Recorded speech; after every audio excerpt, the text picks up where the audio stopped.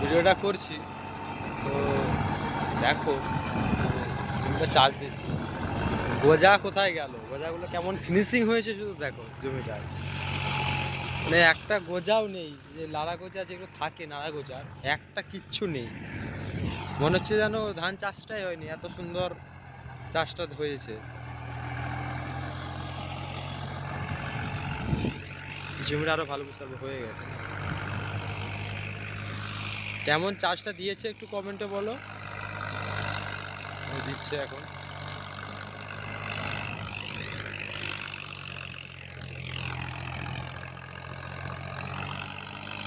এত সুন্দর মাটি, মাটিটাও খুব সুন্দর।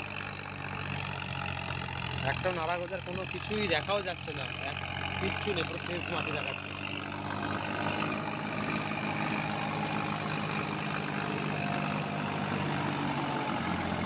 কতক্ষণের ওর মধ্যে ঢুকছে দেখো।